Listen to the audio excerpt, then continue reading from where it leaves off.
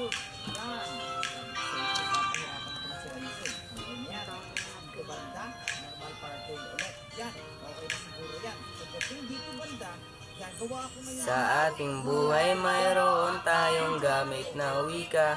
Ito ay isang instrumento ng komunikasyon na gagamit natin sa ating ugnayan. Nagbibigay daan sa ating pagunlad.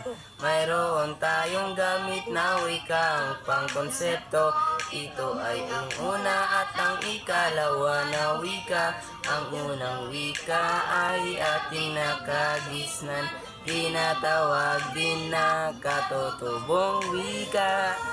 Itinuturo ng magulang sa bata. Ito ang wikang ating nakagisnan. Wikang ating kinamulatan noon. Ating pagyamanin ito habang buhay. So, gagawin natin dito, kuha naman tayo ng lasers. Ito, gamitin.